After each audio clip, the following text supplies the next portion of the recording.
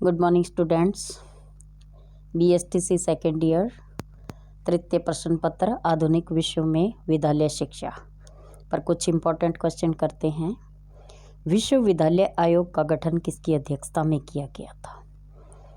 दूसरा क्वेश्चन है, पहला बोर्ड स्कूल लंदन में कब खोला गया था? तीसरा क्वेश्चन है, DPEP कार्यक्रम का पूरा नाम बताइए। इसकी DPEP की फुल फॉर्म बतानी है। आधुनिक विश्व की प्रमुख विशेषता क्या है? विशेषता के बारे में ऑप्शन देना है। नेक्स्ट सेक्शन में है, राष्ट्र व राष्ट्र राज्य क्या है? दोनों को एक्सप्लेन करना है, कंपैरिजन करोगे। 2 नंबर का क्वेश्चन है तो आपको 2 कंपैरिजन लिखना है। शिक्षा व उद्योगीकरण एक दूसरे के पूरक है, समझाइए कि शिक्षा और उद्योगीकरण एक दूसरे के बिना अधूरा है या पूरक है, उसको एक्सप्लेन करना है। शिक्षा बिना बोझ के प्रतिवेदन क्या है? शिक्षा बिना बोझ के प्रतिवेदन क्या है, उसको समझाना है।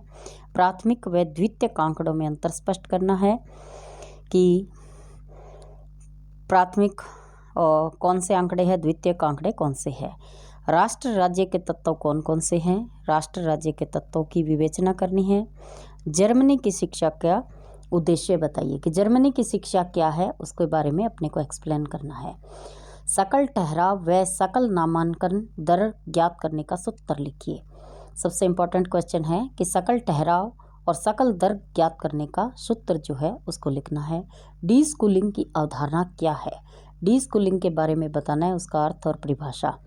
बुनियादी शिक्षा की वर्तमान प्रासंगिकता पर अपने विचार व्यक्त कीजिए कि महात्मा गांधी द्वारा बुनियादी शिक्षा क्या है, उसका उल्लेख करना है। राष्ट्रीय माध्यमिक शिक्षा कब और क्यों प्रारंभ की गई थी? कि राष्ट्रीय माध्यमिक शिक्षा कब और क्यों प्रारंभ की गई, उसके उद्देश्य क्या है। शिक्षा में समुदाय की भूमिका पर अपने विचार व्यक्त कीजिए कि शिक्षा के क्षेत्र में समुदाय की क्या भूमिका रहती है, उसको एक्सप्लेन करना है। वैश्वीकरण क्या है, उसकी विशेषता क्या है। वैश्वीकरण के बारे में जो है पूरा का पूरा वर्णन करना है।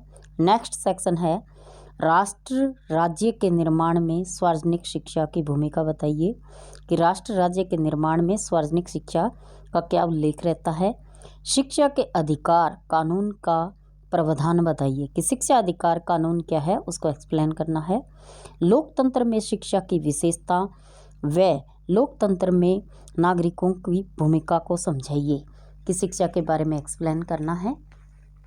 नेक्स्ट है कि जनशाला कार्यक्रम पर टिप्पणी लिखिए। ये आपके 3 नंबर के क्वेश्चन आएंगे कि जनशाला कार्यक्रम क्या है, उस पर शॉर्ट नोट लिखना है। आंकड़ों के विश्लेषण की कौन सी विधियां हैं, संक्षेप में समझाइए कि शॉर्ट में समझाना है। आंकड़ों के विश्लेषण के मेथड कौन से हैं, उनको बताना है। शिक्षार्थी परियोजना पर टिप्पणी लिखिए कि शिक्षार्थी परियोजना क्या है, उसके बारे में एक्सप्लेन करना है। नेक्स्ट इम्पोर्टेंट बड़े क्वेश्चन है, लहर कार्यक्रम क्या है, इसके उद्देश्यों का उल्लेख कीजिए। इम्पोर्टेंट क्वेश्चन है लहर कार्यक्रम, इसको पूरी की पूरी आप जो है चैप्टर को अच्छी तरह से देख लीजिए। इंग्लैंड में सार्वजनिक शिक्षा के विकास पर स्पष्ट कीजिए कि इंग्लैंड में सामाजिक शिक्षा क्या है, उसको विस्तार से एक्सप्लेन करना है। राष्ट्रीय शिक्षा आयोग 1964 और राष्ट्रीय शिक्षा नीति 1986 दोनों इम्पोर्टेंट है और 99% इस बार जो है 64 और 66 की नीति का उल्लेख पूछा जाएगा। शैक्षिक नवाचार से क्या अभिप्राय है? शैक्षिक नवाचार में MB फाउंडेशन के उद्देश्य और उसकी कार्यप्रणाली का वर्णन करना है।